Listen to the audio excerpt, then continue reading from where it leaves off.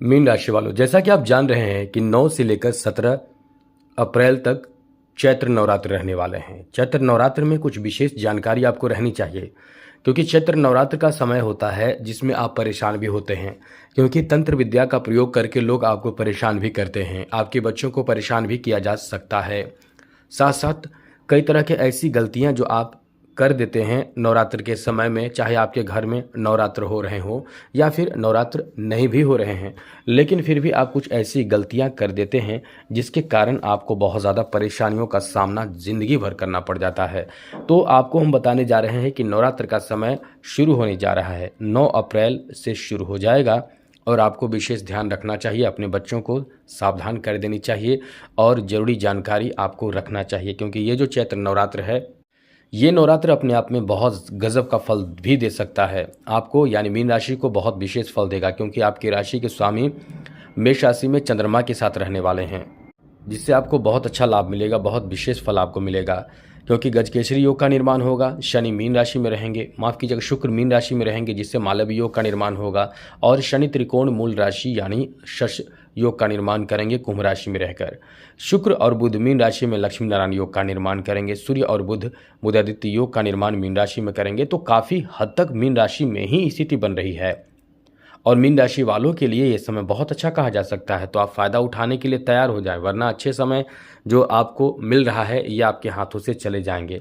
तो दोस्तों, नवरात्र का समय वैसे भी बहुत अच्छा समय माना जाता है, जिसमें आप तंत्र विद्या साधना और पूजा पाठ करके अपने आप को बहुत सुरक्षित कर लेते हैं। हमने एक वीडियो में आपको बताया भी है, क्योंकि लाल किताब ये कहता है कि मीन राशि के जातक जातिकाओं को माँ दुर्गा की आराधना पूजा पाठ जरूर करनी चाहिए। यदि आप माँ दुर्गा की आराधना पूजा पाठ करते हैं तो कहीं ना कहीं आपके जीवन में बड़े से बड़े संकट परेशानी जो आपके जीवन में हमेशा ही परेशान प्रभावित आपको करता है, वो संकट परेशानी आपके जीवन से एकदम से दूर चला जाएगा। इसलिए इन विशेष बातों का ध्यान आपको हमेशा रखना चाहिए और हमेशा हम आपको अच्छी जानकारी देते रहते हैं।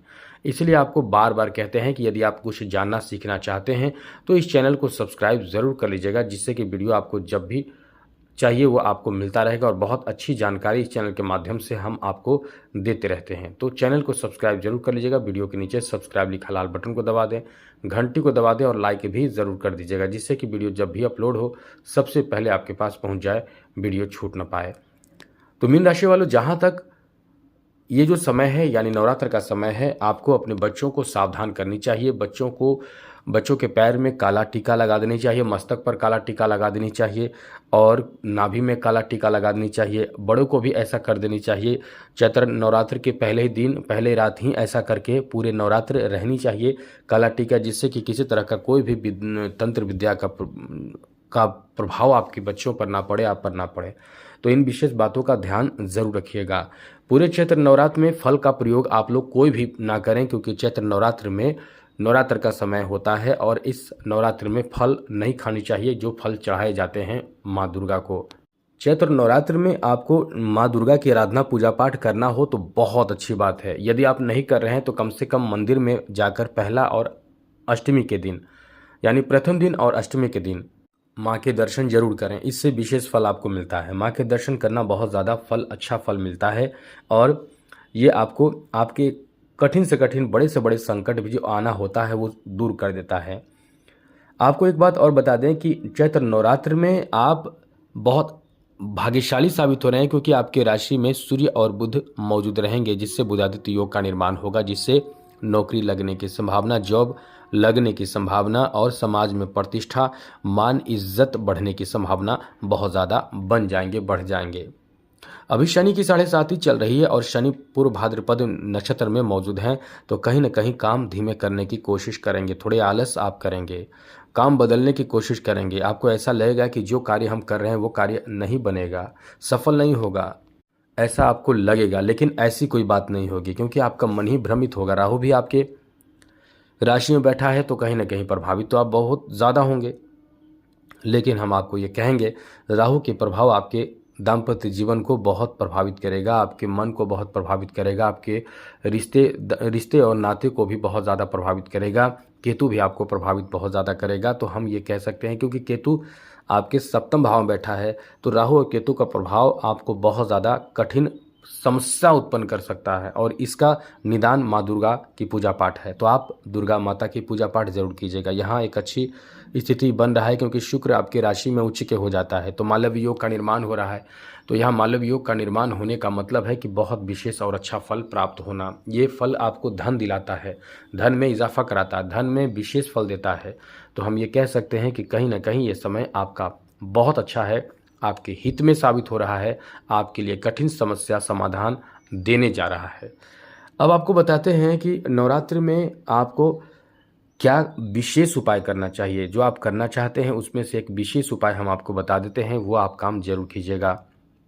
दोस्तों, चैत्र नवरात्र में किसी भी दिन आप 1 रुपये के सिक्के और लाल चुनरी, ध्यान रखिएगा, 1 रुपये के सिक्के और एक नारियल और लाल पुष्प हो, इन सब चीज़ों को लेकर आप किसी भी मंदिर में जाकर पूजा कर रहे पुजारी को आप भेंट कर दें और आप कह दें कि ये आपकी तरफ से माता को चढ़ा दें।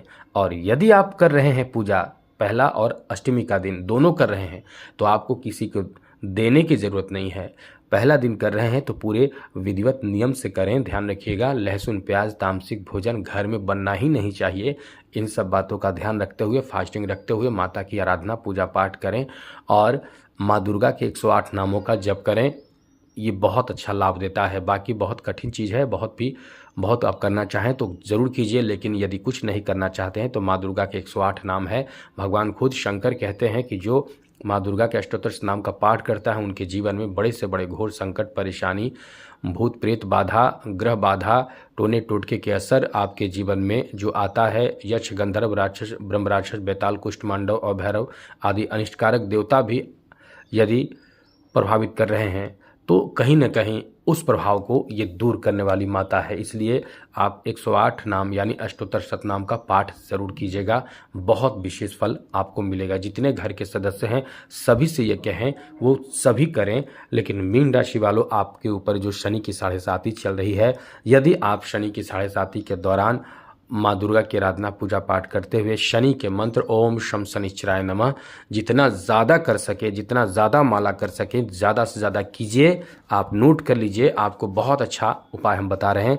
और टोटल गिना कीजिए टोटल कितना माला हो चुका है। और टोटल जब अष्टमी के दिन तक आप पूरा कर रहे हैं, अष्टमी के नवमी के दिन भी आप कर सकते हैं। टोटल कैलकुलेट कर लीजिए कि आपने कितना किया, याद रखिएगा या नोट कहीं कर लीजिएगा।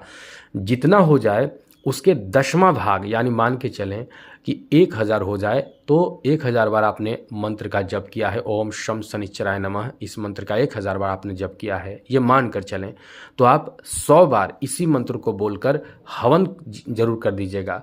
ओम शम शनिश्चराय नमः स्वाहा, ओम शम शनिश्चराय नमः स्वाहा, ऐसा करके आपके ऊपर जो शनि का बुरा प्रभाव है, शनि की 7.5 का प्रभाव है, एकदम से छू मंतर हो जाएगा। दोस्तों, बहुत अच्छा लाभ मिलेगा।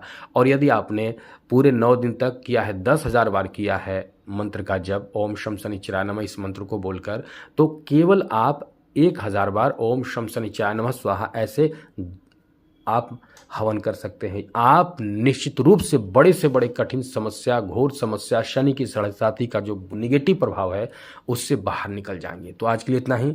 जय माता दी।